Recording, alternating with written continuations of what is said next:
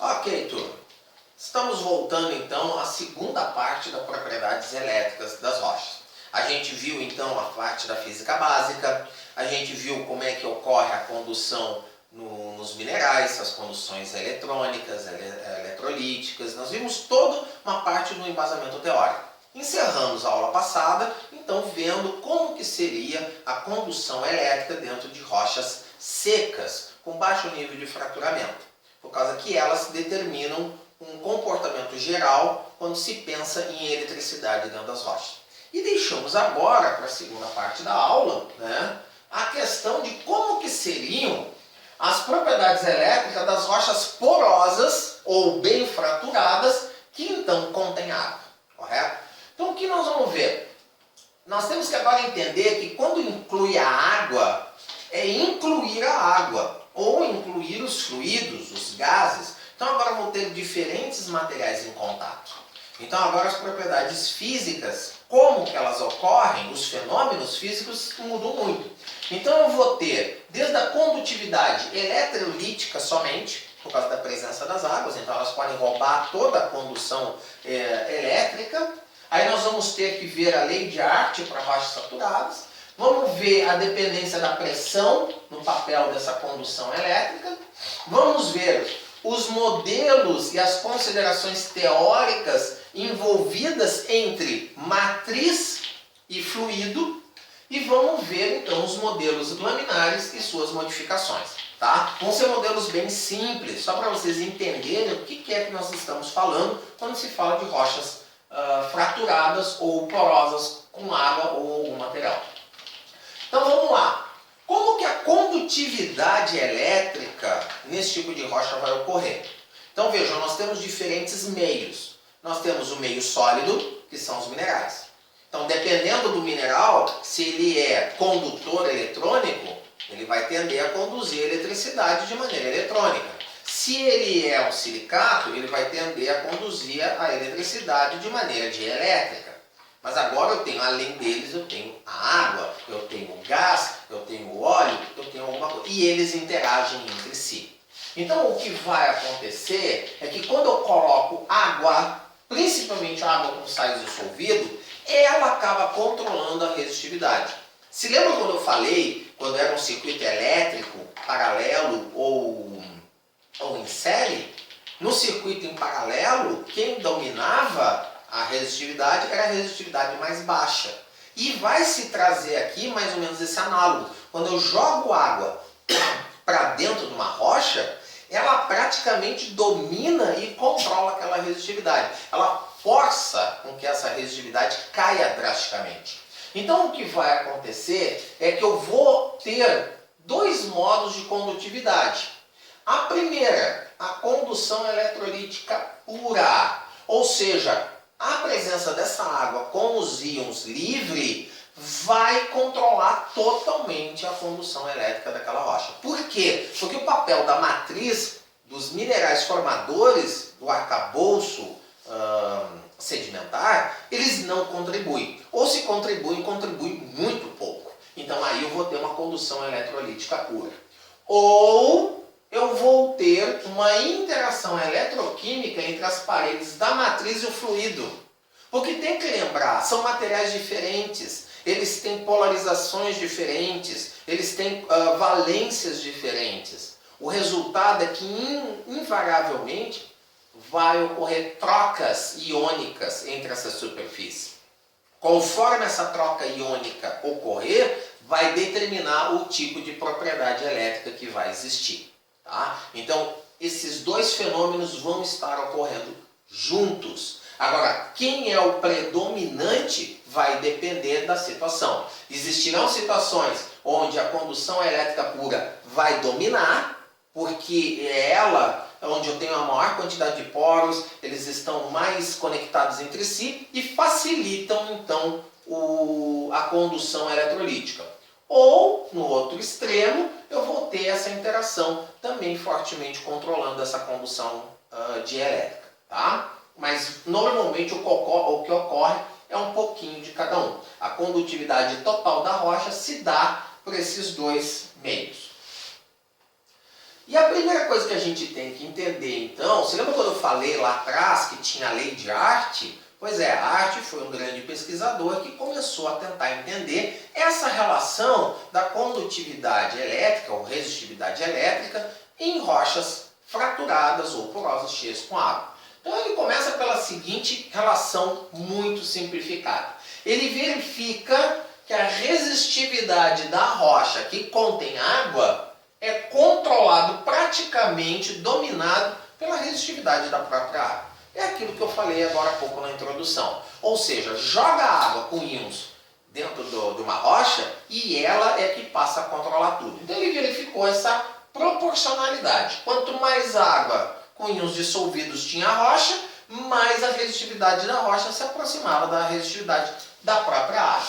E aí o que ele fez? Ele transformou isso então numa relação matemática. Vejam, isso é uma aproximação, correto? Não é uma igualdade. Então, para ocorrer essa igualdade, ele teve que colocar um fator, que ele chamou então de fator F. Ou seja, é um valor que então, quando multiplicado pela resistividade da água, dá a resistividade da rocha. Esse fator, então, ele expressa a quantificação da resistividade relacionado com a salmoura. Então, isso aqui não é só água pura. Esse aqui é o fator, é aquele coeficiente que vai ser necessário dizer que representa a contribuição dos íons livres. Como no caso o elemento químico mais comum é o cloreto de sódio, então ele chama de salmoura, por causa da alusão à salmoura de água com sal. Tá? Mas pode ser qualquer íon, só que ele normalmente normatiza para salmoura porque é mais fácil de controlar. Então o que acontece? Tá? Dentro daquele estudo que a Hart fez, ele teve que colocar aquele parâmetro F. E com o tempo ele foi começando a entender que aquele parâmetro F era muito mais significativo do que simplesmente uma relação direta entre a solução e a resistividade, o tipo do íon e a solução iônica. Então ele começa a verificar que quando ele plota os resultados do fator F em relação à porosidade da rocha, ele encontra uma relação direta. E ele pôde equacionar então essa relação entre o fator F e a porosidade, correto? E aí ele cria a primeira lei de Hart. Quando ele pega a resistividade da rocha e divide pela resistividade da água, ele encontra essa relação, que é proporcional ao parâmetro F, que é igual a menos 1 sobre a porosidade elevada a um fator empírico que ele chamou de M, correto? E aí então ele começa a tentar entender o que significa esse parâmetro F dentro das rochas, já que então parece não estar relacionado única e exclusivamente ao tipo de salmoura ou às propriedades elétricas da salmoura, correto? Então ele começa a ver que diferentes rochas com diferentes estruturas ou arcabouços do sedimento em si, ou seja, como os polos estão conectados, como os grãos sólidos estão separados entre si, esse parâmetro F também varia. Então ele descobre que esse parâmetro F era muito mais importante do que uma simples relação matemática, do que um simples número que dizia quando um tiver desse jeito, o outro vai estar do outro, correto? Então ele começa a entender que existe valores mais ou menos constantes ou muito próximos para o arranjo estrutural. Então ele notou que os valores principalmente depois dos valores de M, estão relacionados ao grau de compactação da rocha. Tá? Então, F diminui conforme aumenta a porosidade. Essa é a relação direta. F está relacionado com a porosidade. Mas se lembra que tem aquele parâmetro M. E o M? O M ele relacionou com a consolidação desses grãos. Então, arenitos bem inconsolidados têm valores baixos de M, enquanto que arenitos bem consolidados têm valores mais altos. E aí ele chamou esse M de expoente de cimentação. Então, o que acontece? Ele acaba usando essa equação para o entendimento das rochas saturadas. Tá? Então, o principal que ele acaba focando nesse parâmetro M, porque ele acaba dando informações indiretas a respeito da textura da rocha. Muito mais do que a estrutura, a textura é bastante importante. Por exemplo, um acamatamento de grãos paralelos, subparalelos, horizontais ou verticais, não interessa, mas a questão é, eu tenho um arranjo dos grãos e eles controlam como que ocorre o fluxo eletrolítico dentro da rocha. Eles acabam sendo os mais predominantes. Então, por exemplo, ele começa a fazer relações entre essas estruturas e os parâmetros M. Então, por exemplo, ele verifica que zonas dentro de arenitos que possuem camadas do tipo Ripple têm valores mais baixos quando comparado àquelas zonas com camadas cruzadas, que têm valores mais baixos, de 2.2 para 2.05. A zona de transição de estratificação cruzadas em areia grossa para camadas com marcas de onda e finas camadas plano-paralelas acabam tendo variação entre 1.6 e 1.9. Vejam, isso tudo, essas descrições todas estão muito mais relacionadas às texturas dos grãos, como eles estão relacionados entre si, do que propriamente dito a característica macroscópica da estrutura da rocha. Correto? E isso é uma informação muito importante, porque a gente tem medidas indiretas a respeito de uma coisa que está lá, debaixo da terra e intrínseca ao tipo de rocha e ao ambiente de formação. Então o que ele faz é exatamente isso. Ele começa a descobrir o fator M e trabalha em cima dessa parametrização do fator de cimentação, o fator M, em relação aos diferentes tipos de rocha. Nesse caso aqui, por exemplo, é a determinação do parâmetro M ao longo de um furo, correto? Então é feito um furo, coletadas as amostras, estabelecidos os parâmetros M para cada tipo, e aí ele plota nesse gráfico. Vejam bem que eu tenho um comportamento bem diferente desta zona do gráfico para essa. Ambos oscilam muito, mas o parâmetro M, o fator de cimentação, aqui é muito mais alto. Então está relacionado a uma zona com uma porosidade oomítica. Enquanto que esses valores mais baixos aqui estão relacionados possivelmente a fraturas. E as variações internas? Possivelmente as variações de textura dentro da rocha. Ela não é perfeitamente homogênea. Devem existir camadas, então, com maior nível de compactação e outros menores. E assim vai mudando. Então, desse modo, ele verifica que existe uma forte influência no arranjo dos grãos e a conectividade desses poros, que no caso é a textura. E isso influencia nesses valores M. Então, o que acontece? Ele verifica essa relação.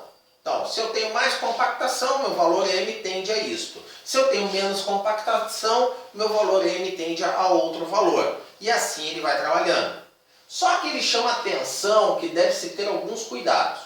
O primeiro, o uso da correlação dos valores de M em função da textura da rocha deve ser feito em conjunto com intenso trabalho petrológico para estabelecer a correta relação entre esses dois fatores. Traduzindo, se tu quer trabalhar usando o parâmetro M, se tu quer usar e determinar esse parâmetro para determinar que tipo de rocha tu está trabalhando, tu tem que pegar amostras, determinar o parâmetro M e fazer um estudo petrográfico, ou seja, levar em lâmina e analisar como cada polo está conectado entre si, a quantidade de poros, porque já que o parâmetro M está diretamente relacionado a isso, tu tem que conhecer bem isso dentro da tua rocha, correto? Porque senão tu vai acabar misturando rochas de diferentes texturas e estruturas amarradas pelo mesmo valor de M, pelo mesmo valor desse fator. Tá? E aí vem o segundo cuidado. Os valores e correlações encontrados para uma determinada litologia não podem ser extrapolados para outras unidades. Por quê? Por causa do parâmetro anterior. Vejam, eu tenho que relacionar aquele parâmetro M a determinada rocha em si, daquela região. Então, por exemplo, eu estou estudando as rochas da bacia do Paraná, aqui do Rio Grande do Sul. E aí eu faço um longo estudo geofísico, faço a determinação do parâmetro M para fazer essa separação. Aí eu mudo, dentro da mesma bacia, eu mudo, por exemplo, para a porção de Goiás dessa bacia, correto? Eu não posso pegar todo esse meu estudo, levar para lá os mesmos parâmetros, porque lá a cimentação pode ser mais alta, a deposição pode ter sido diferente, algum parâmetro na formação daquela rocha do mesmo pacote pode estar diferenciado. Então eu tenho que recomeçar tudo de novo. Eu tenho que trazer a experiência, a sabedoria, mas não os dados. Os dados eu vou ter que deixar para aquela região. Eu não posso fazer essa extrapolação. Tá? Então isso é muito importante e é importante isso para todos os dados geofísicos. Tu não pode extrapolar para áreas muito longe ou muito diversas daquela que tu começa o estudo. Bom, também vou ter um efeito da dependência da pressão. Você lembra lá nas rochas secas, eu tinha uma relação direta entre a pressão e a resistividade ou a permissividade de uma rocha. Aqui eu também vou ter, tá? Então, na condução eletrolítica, temos que lembrar o que é importante quando eu tenho condução eletrolítica? É a conectividade dos poros. Vejam, a condução eletrolítica é como se fossem carros andando numa via expressa, correto? Se eu quero andar rapidamente, a via expressa tem que estar desimpedida. Eu não posso ter cruzamentos, eu tenho que ter uma linha reta, não tem que ter curva, eu não posso fazer uma mudança de pista para poder desenvolver velocidade. Quando eu começo a ter muitas conexões, estradas entrando, eu tenho que reduzir. Então, a conectividade entre os poros numa rocha sedimentar é muito importante porque controla essa condução. Quanto mais contínuos, maior a conectividade dos poros, facilita a condução eletrolítica. Pior essa condição, eu pioro a condução eletrolítica. Tá? Então, se canais condutores formados pelos poros acabarem sendo deformados pela pressão, como por exemplo, uma fratura.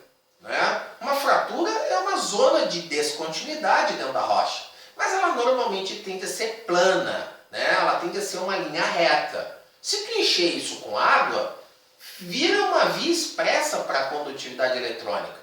Mas aí eu pego o processo metamórfico e começo a deformar essa rocha. Vamos dizer que a fratura não feche, mas ela, em vez de ser aquela linha reta, bem bonitinha, ela começa a ficar curvada, daí a pouco ramifica, quebra, descontínua, né? Ela começa a ficar toda descontinuizada. O resultado é que isso vai me afetar. Então o que vai acontecer é que quanto mais complexo for a conexão desses poros, eu acabo incrementando a resistividade. Então se lembrem, lá nas rochas secas, quanto maior a pressão, eu tendia a diminuir a resistividade. Aqui pode ser o efeito oposto, porque eu, em vez de facilitar a condução eletrolítica, eu estou dificultando, porque eu estou complexando a conectividade dos espaços vazios. Tá? Então o que vai acontecer é que com o aumento da pressão eu vou estar incrementando o fator de formação, ou seja, o fator F. Tá? E aí ocorre a relação de decréscimo da condutividade com o aumento do fator da formação e, por consequência, devido ao aumento da pressão. Tá? E esse comportamento ele não é linear, ele é um comportamento logarítmico. Então o que acontece? Olha aqui, ó, né? Eu tenho a resistividade, e, na realidade é a condutividade, o inverso da resistividade em símbolos por metro, e o que está acontecendo é que eu estou piorando a condutividade quanto mais eu aumento a pressão. Até porque, quando eu aumento a pressão, eu diminuo o meu espaço, diminuo a quantidade de água com íons dissolvidos. É como se eu diminuísse a via expressa de 6 pistas para 4, para 2, para 1. Né? Então eu acabo, além de aumentando a dificuldade, o fluxo máximo que pode ter. O resultado acaba sendo esse. Então aqui é a medida de condutividade em 2 mostras de arenito, tá? Com diferentes variações de porosidade também. Mas o efeito da pressão nos dois é sempre o mesmo. Diminui a condutividade. Aqui no caso é a resistividade, ou o parâmetro F, né?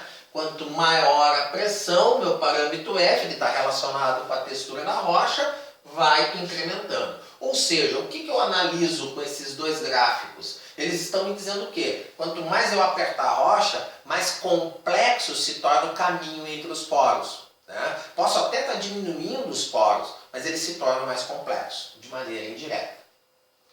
Bom, então o que acontece? Se eu tenho gráficos, se eu tenho dados que estão correlacionados entre si, que tem um comportamento que eu consigo ver a lógica, eu consigo discretizar, eu consigo expressar isso a partir de uma equação. Então essa é uma relação matemática de aproximação, em que eu vejo isso, e aí aqui é a expressão matemática que representa exatamente esse comportamento. Então vejam aqui, o parâmetro F incrementa com o aumento da pressão, e aqui estão os parâmetros daquela equação para esse ajuste dessa curva. Então diferentes rochas com diferentes tipos de formação, eles vão apresentar parâmetros diferentes. Né? Enquanto o parâmetro anterior daquela fórmula era 0,621, 0,1.143, aqui é diferente, é 16,6. Isso só vale para essa rocha.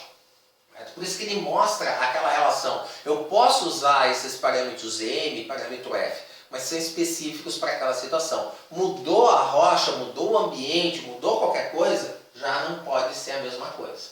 Tá? Aqui, outra dependência da pressão, né, com relação à resistividade. No caso aqui, a comparação com o aumento da pressão entre a rocha saturada e a rocha seca, que no caso eu tenho a resistividade. Veja o que acontece com a resistividade da rocha saturada. Ela aumenta a resistividade. Por quê? Porque eu estou diminuindo a quantidade de água. Já na rocha seca, eu estou diminuindo os espaços vazios, eu estou melhorando a condutividade. Por isso que a resistividade diminui. Então, o efeito inverso entre rocha úmida ou rocha saturada com a rocha seca. Isso para o mesmo arenito com o mesmo nível de porosidade. Então eu só estou mudando o fato de uma ter água e a outra não. Aqui é o mesmo tipo de gráfico, só que agora é linearizado para poder entender que é um comportamento proporcional, né, dentro da escala logarítmica. E o que acontece? A explicação, né? Quando eu tenho a rocha seca, eu estou compactando a rocha e aumentando o contato entre os grãos. Então, o que eu estou facilitando é a condutividade por comportamento dielétrico. Quando eu aumento o contato entre os grãos, eu facilito isso. Agora, quando eu estou com a rocha saturada, eu diminuo a quantidade de água, eu aumento a complexidade desses poros e dificulto a mobilidade dos íons. Vejam bem, os dois parâmetros, quando a rocha está úmida, acontecem ao mesmo tempo. Vejam, enquanto a rocha saturada está diminuindo os poros, está aumentando o contato dos grãos. Então, minha condutividade dielétrica aumenta, mas a condutividade eletrônica diminui. Mas entre as duas, qual é mais eficiente? É a eletrolítica. A dielétrica, ela é péssima condutora. Então, o incremento dela acaba sendo tão pequeno que ele é desprezível na rocha saturada. Mas na rocha seca, é ela que controla a resistividade total da rocha. Então, essa constante dielétrica, aumentando um pouquinho, facilita a condução. O que não acontece na rocha saturada, que aumenta muito pouco. Tá? Então, por isso que acontece isso. Bom, então a gente tem que entender que até agora nós estamos falando que existe uma parte sólida e uma parte líquida. Uma parte da condução elétrica ocorre na parte sólida e ela tem um comportamento. Então é um comportamento dielétrico. Na parte líquida, que normalmente se fala que é água com sal, esse comportamento é a condução eletrolítica. Bom, dentro da rocha as duas coisas vão ocorrer juntas, vão ocorrer ao mesmo tempo. Mas como todo bom físico, ele primeiro começa simplificando. Então, para poder compreender essa relação entre a textura da rocha, a condução dielétrica e a textura da rocha e a condução eletrônica, fica mais fácil se nós pensarmos em termos de circuitos elétricos paralelos ou em série. Então agora vamos tentar reduzir essa relação da condução elétrica que ocorre entre a matriz e os seus fluidos.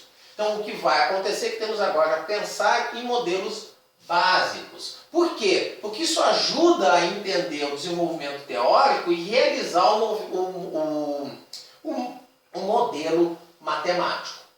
Então vamos lá ver. Bom, então o modelo mais simples, né? O modelo em paralelo. Vejam, não é que a condutividade do líquido e a condutividade da matriz estejam em paralelo. Mas quando eu forço a passagem da corrente, é como se tal fosse. Então é um modelo puramente teórico. Não é assim, os grãos estão de um lado da rocha e o líquido está do outro. Não, mas a maneira como a textura da rocha se organiza facilita esse pensamento. Então, nesse caso, né, quando ocorre isso, eu posso trazer a lei de Art, né, para um modelo paralelo desse modo. Ou para a contribuição da matriz não condutiva e aqui a matriz condutiva. Quando eu complexo um pouco mais, eu passo para o modelo em série, as minhas equações mudam. Tá? Então a resistividade da rocha no circuito em série vai ser a contribuição da matriz mais a do fluido. E aqui então a parte exclusivamente da matriz não condutiva separada. Aqui agora eu tenho um modelo mais complexo. Ou seja, entre a parte do fluido, da condução do fluido, do sedimento e do fluido de novo, é como se eu tivesse uma lâmina separando duas partes. Então, quando eu começar a colocar isso, a conduzir, eu vou começar a ter um efeito de anisotropia. Se eu tentar passar ao longo do eixo Z, eu vou calcular a resistividade total da rocha através dessa equação. Mas se eu tentar passar ao longo do eixo X e Y dessa geometria, eu vou ter que usar essa. Por quê? Olhem bem, se eu estou tentando passar ao longo do eixo Z, eu vou ter um circuito em série. Mas se eu tentar passar ao longo do eixo X e do Y, ou seja, passando por essa face e por essa, é como se fosse um circuito em paralelo. Por isso as equações não podem ser a mesma. Aqui, um modelo um pouco mais complexo. Eu tenho duas lâminas ortogonais. Então eu tenho a minha matriz de sedimento como se tivesse uma situação geométrica em cruz. Também vai criar um efeito de anisotropia. Se eu tentar passar a corrente elétrica ao longo dos eixos X e Y desse cubo, por exemplo, eu vou ter que usar essa relação matemática. Se eu quiser passar no topo e na base, que é no eixo C, eu vou ter que usar essa relação matemática aqui. E aí a última que nós vamos ver hoje, né, dentro de vários modelos teóricos e matemáticos que existem, é o modelo de três lâminas ortogonais. Vejam, ele é perfeitamente simétrico, todas as faces são iguais, então independente da direção que eu passe essa corrente elétrica, a relação matemática é essa. Então o que deve ser entendido desses modelos? São simplificações. Correto? São para serem entendidos que tem a ver com a relação entre textura mineral e fluídica. Então é a maneira como os grãos se arranjam, é a maneira como os fluidos estão dentro desses espaços. É isso que tem que entender. Isso são modelos. Não significa que representam a fidelidade da realidade. Tá? Então, só para vocês entenderem. Então, por hoje, nós vamos ficar por aqui. Essa é a bibliografia básica que pode ser usada e consultada. Então, para vocês entenderem um pouco melhor, um pouco mais aprofundadamente. E vamos então para a última videoaula a respeito das propriedades elétricas. Então, até daqui a pouco.